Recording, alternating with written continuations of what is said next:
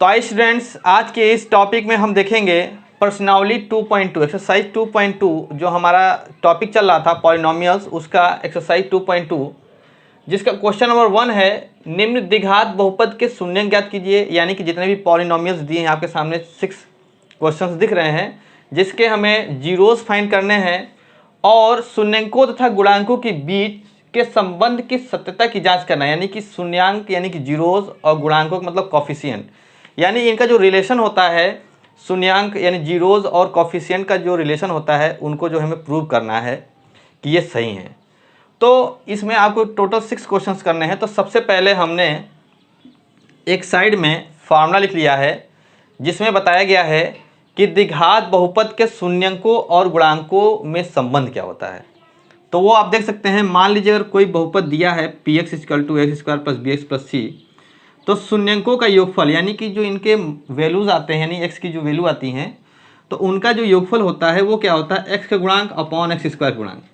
तो आप देख सकते हैं एक्स का गुणांक कितना है बी और एक्स स्क्वायर गुणांक कितना है ए, तो हमने बी अपॉन ए लिख दिया है। इसको आप कहते हैं coefficient of X upon coefficient of X square. यानी कि फार्मूला का बनेगा sum of zeros equal to coefficient of X upon coefficient of X square. इसी प्रकार से शून्यकों का गुणनफल जो होता है यानी कि multiple of zeros equal to अचर पद अपॉन एक्स स्क्वायर का गुणक यानी कि सी अपॉन है। अचर पद यहाँ पर क्या है सी है। तो ये हो गया हमारा जो संबंध होता है जीरोज और कोफिशिएंट का यानी कि शून्यकों और गुणांकों का द्विघात समीकरण के लिए, द्विघात बहुपद के लिए ये जो है हमारा संबंध होता है। तो इसी को हमें यूज़ करके जो है इन सवाल को करना है। तो आइए क्वेश्चन नंबर 1 को करते हैं पहले। तो क्वेश्चन नंबर 1 में कह रहा है कि जो बहुपद दिया हुआ है वो दिया है आपका एक्स स्क्वायर माइनस का 2x माइनस का 8।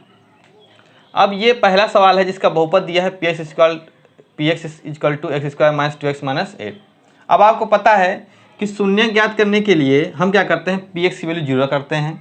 तो लिखेंगे हम जानते हैं कि शून्यंकों के लिए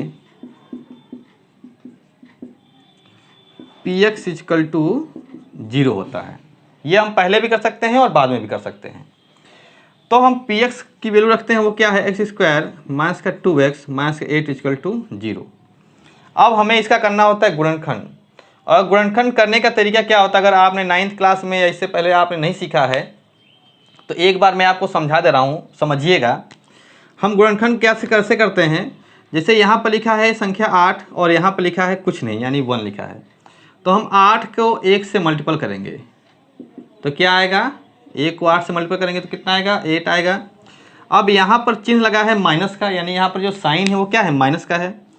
तो हमको क्या है कि हमको घटा करके लाना है 2, घटा करके लाना है 2। अगर यहाँ पर होता प्लस तो जोड़ के लाना होता 2, अगर यहाँ माइनस है तो घटा के लाना है 2। तो हम 8 को ही यानी गुणा करने पे जो आया है संख्या उसी को हम 2 ऐसे भागों में तोड़ेंगे कि उनको घटाने पे आ जाए हमारा 2। तो हम इसको 2 भागों में तोड़ेंगे तो 4 और 2 के ही रूप में तोड़ सकते हैं जिसको घटाने पे आ जाएगा 2, और 4 को 2 से मल्टीप्लाई करेंगे तो 8 भी आ जाएगा। तो हम क्या करते हैं इस 2 की जब लिखेंगे 4 माइनस का 2। इस 2 को हमने कैसे निकाला है 4 माइनस 2 के निकाला तो ब्रैकेट में लिख देंगे। और अगला क्या होगा इसको ब्रैकेट में अंदर गुणा करेंगे तो ये हो जाएगा 4x माइनस माइनस प्लस का 2x माइनस का 8 इक्वल टू 0। अब यहाँ से x और x कॉमन लेते हैं तो यहाँ से एक x बचेगा और यहाँ से बचेगा आपका 4, और यहाँ पर प्लस की साइन है तो प्लस लगा लीजिए, और जो इस ब्रैकेट में है वो इस ब्रैकेट में लिख दीजिए। पहले आप x माइनस 4 इस ब्रैकेट में है तो x माइनस 4 इसमें लिख दीजिए। तो यहाँ से आपने x को लिखा, 2 को छोड़ दिया, इसका मतलब 2 दोनों में से क्या है कॉमन है। तो इस प्रकार से यहाँ से x माइनस 4 आपका कॉमन आ जाएगा इन दोनों में से, तो यहाँ से बचेगा x और यहाँ से बचेगा 2 इक्वल टू 0। तो अब हम क्या करेंगे, एक बार हम x माइनस 4 अगर 0 करेंगे तो x की वैल्यू आ जाएगी 4। यहाँ से x माइनस 4 इक्वल टू 0 करेंगे तो ये माइनस 4 उधर जाएगा तो आ जाएगा प्लस 4, तथा एक बार क्या करेंगे x प्लस 2 इक्वल टू 0 करेंगे तो x इक्वल टू क्या आ जाएगा आपका माइनस का 2। तो आप देख सकते हैं यहाँ से जब x माइनस 4 इक्वल टू 0 को सॉल्व किया तो x इक्वल टू 4 आ गया, और जब x प्लस 2 इक्वल टू 0 रखा तो x इक्वल टू -2 आ गया। तो इसके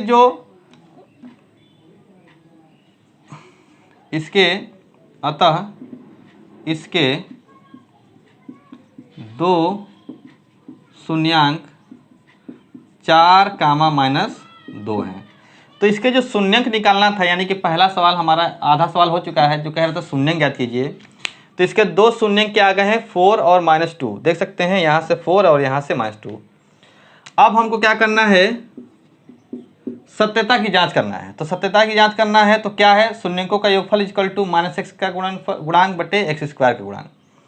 तो हम सबसे पहले क्या लिखेंगे, शून्यंकों का योग इक्वल टू -x का गुणांक अपॉन x² का गुणांक। तो इसके लिए चलना पड़ेगा हमको पॉलिनोमियल में। तो इस पॉलिनोमियल का बताइए जरा, x का गुणांक कितना है,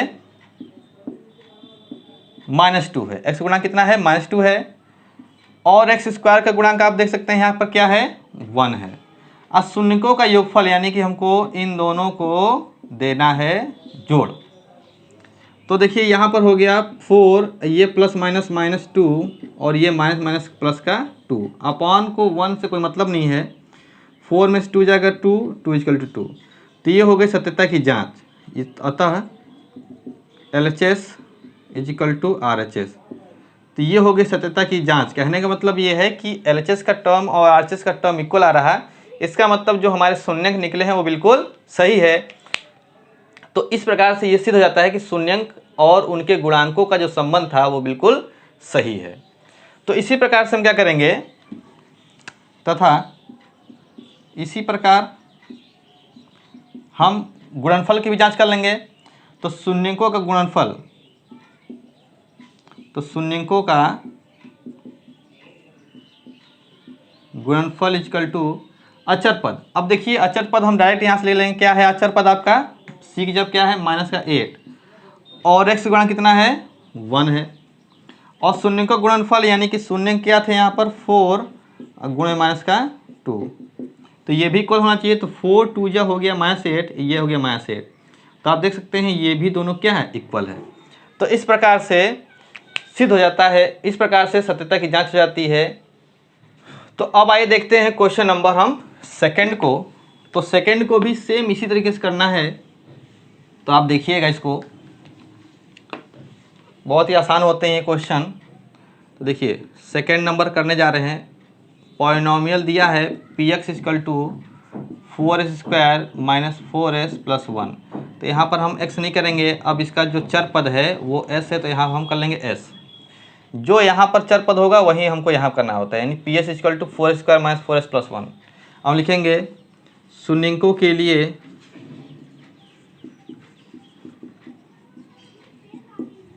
PS इक्वल टू क्या होगा, 0 होगा।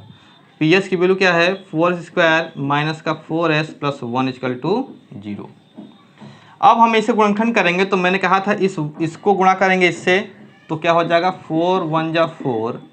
अब यहाँ पर प्लस का निशान है और प्लस करके लाना है 4, यानी कि हमको गुणा करने पे जो 4 आया है उसको दो ऐसे भागों में तोड़ना है कि जिनको जोड़ा जाए तो 4 आ जाए। तो आप समझ सकते हैं 2 और 2 को जोड़ेंगे तो हमारा आ जाएगा 4।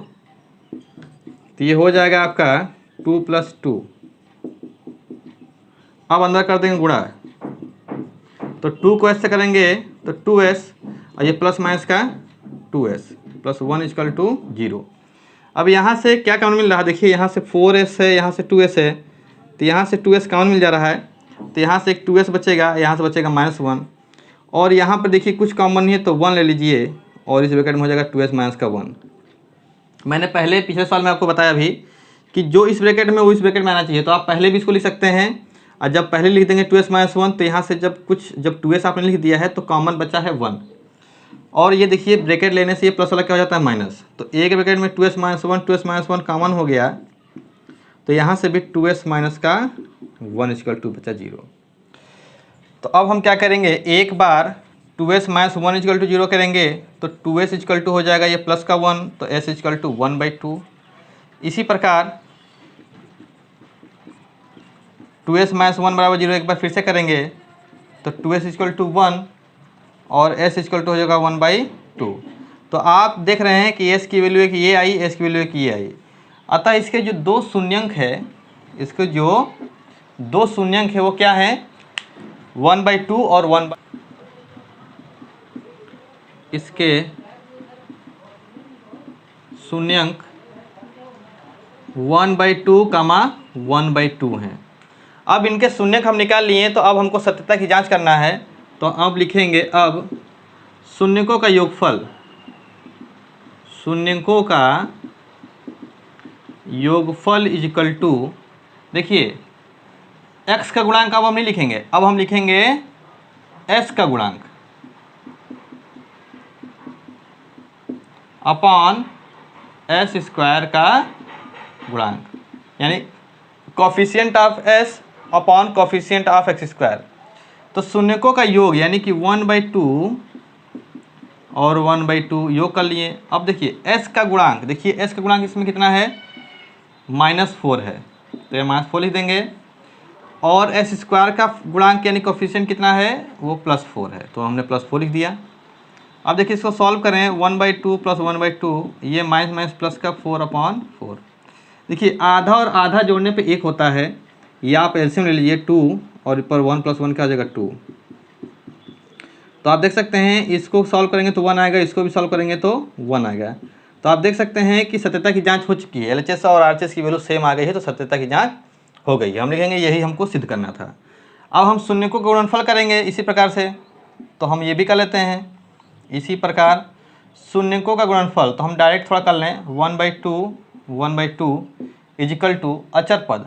अब इसमें देखिए अचर पद कितना है आपका, 1 है, और x स्क्वायर के गुणांक s का गुणांक कितना है, s स्क्वायर का गुणांक कितना है, 4 है। देखिए s स्क्वायर का गुणांक कितना है, 4 है।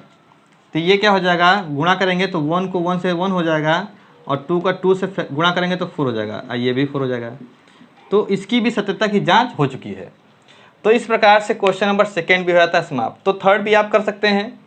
एक क्वेश्चन मैं आपको बता दूं 4th और 5th।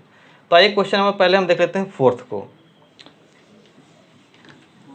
तो देखिए क्वेश्चन नंबर 4th जो है, आप देख रहे होंगे जो पॉलिनोमियल दिया है वो दिया है 4u² + 8u। तो यहाँ पर हम x ना करके क्या कर लेंगे, अब u कर लेंगे। तो हम बता देंगे शून्यकों के लिए क्या होता है, शून्यकों के लिए वैल्यू 0 होती है। तो अब हम क्या करेंगे, पॉलिनोमियल के लिए 0 होती है, तो पॉलिनोमियल क्या दिया है, 4u² + 8u = 0। तो कभी भी आप 4 ऐसे ही लिखिएगा, क्योंकि मैथमेटिक्स में u आ जाता है, तो 4 में और u में थोड़ा सा गैप रहे, इसलिए मैं 4 ऐसे लिख देता हूँ। अब क्या करेंगे, इसका गुणनखंड करेंगे। तो इसका गुणनखंड करने के लिए सिंपली हो जाएगा, यहाँ से आपको 4u कॉमन मिल रहा है इन दोनों में, 4u यहाँ से 4u यहाँ से, तो एक यहाँ से u बचेगा, यहाँ से बचेगा 2 = 0। तो एक बार क्या होगा, 4u = 0 होगा, तो u = 0/4, तो u का वैल्यू आया 0, यानी एक जो आपका 0 आया, यानी कि शून्यंक आया वो 0 आया। और एक बार हम u + 2 = 0 करेंगे तो u = आ जाएगा -2। तो हम लिखेंगे इस प्रकार, इस बहुपद के शून्यंक, इसके शून्यंक 0, -2 हैं। तो इसके दो शून्य क्या है, एक 0 है, एक -2 है। तो अब हमको सत्यता की जांच करनी है, तो हम डायरेक्ट कर लेते हैं। देखिए शून्यकों का योगफल यानी कि 0 और -2 = x का गुणांक। तो अब x का गुणांक नहीं होगा, क्या होगा, -u का गुणांक अपॉन u² का गुणांक। तो ये हो जाएगा आपका -2 सॉल्व करने पे, और माइनस लगा है, u का गुणांक कितना है 8, और u का गुणांक कितना है 4। तो ये 4 2 जा क्या हो जाएगा, 8 हो जाएगा। तो -2 = -2। तो आप देख सकते हैं LHS RHS की वैल्यू क्या आ गई, इक्वल आ गई है। तो इस प्रकार से सत्यता की जांच हो जाती है। इसी प्रकार हम क्या करेंगे, गुणनफल वाला जांच करेंगे। तो गुणनफल में क्या होगा, 0 × -2 होगा, और इधर क्या होगा, अचर पद। अचर पद इसमें क्या है, देखिए यहाँ पर अचर पद क्या है, 0 है। अचर पद क्या है यहाँ पर, कुछ नहीं है तो क्या है, 0 है, तो प्लस में हम 0 लिख सकते हैं। 0 हम यहाँ मिटाल दें, अपान यू स्क्वायर गुणा क्या है 4, तो आप देख सकते हैं 0 गुणा होगा तो 0 हो जाएगा। और कभी भी किसी भी डिवाइड में आप देखेंगे ऊपर 0 है तो सब कुछ 0, तो इसकी भी सत्यता की जांच हो चुकी है। इस प्रकार से हमारा क्वेश्चन नंबर 4 भी हो जाता है समाप्त। अब आइए क्वेश्चन नंबर 5 की बात कर लें।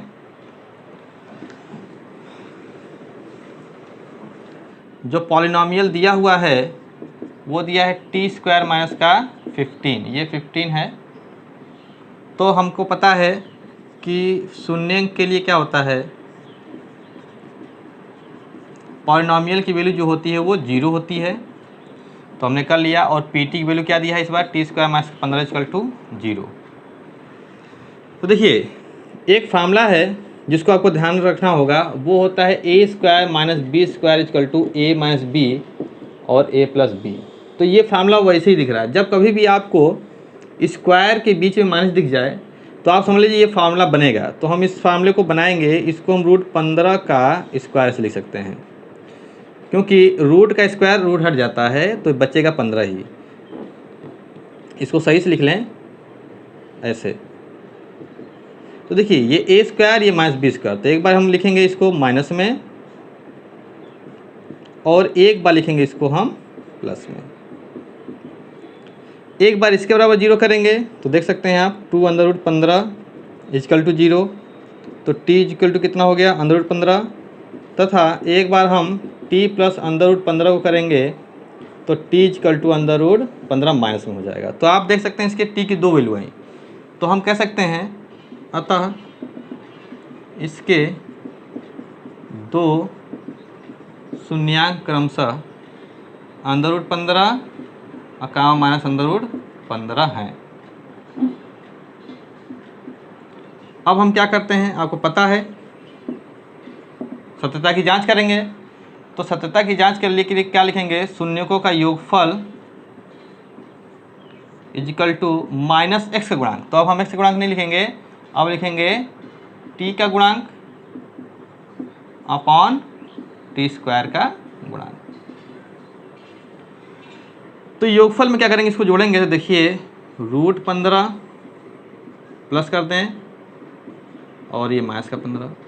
अब देखिए टी का गुणांक, यहाँ पर कहीं पर भी टी नहीं दिख रहा है, तो कहीं पर भी टी नहीं दिख रहा है तो टी का गुणांक कितना हो सकता है। देखिए यहाँ पर हम लिख देते हैं प्लस का 0 गुणे टी, तो हम 0 गुणे टी करेंगे तभी तो ये 0 होगा, तभी तो संख्या नहीं दिया है। 1 हम नहीं मान सकते, अगर 1 मांगे तो प्लस का 1 हो जाएगा, वो ज़्यादा हो जाएगी संख्या। तो हम 0 गुणे टी मानेंगे तो टी का गुणांक क्या है, ऑलरेडी 0 है, और टी स्क्वायर का गुणांक आप देख सकते हैं कोएफिशिएंट कितना है, 1 है। और ये इसका ब्रैकेट खोलेंगे तो अंदर रूट 15 और ये प्लस माइनस का 15 अंदर रूट 15, ये हो जाएगा आपका टोटल 0 और ये भी तो हो जाएगा 0। तो इस प्रकार से इसकी सत्यता की जांच हो जाती है। अब इसी प्रकार से हम अगर इसको करें शून्य का गुणनफल, तो इसी प्रकार हम लिख देते हैं गुणनफल इजिकल टू अचर पद। अब अचर पद देखिए यहाँ पर क्या था, माइनस का 15 था और एक्स स्क्वायर गुणा कितना था, 1 था।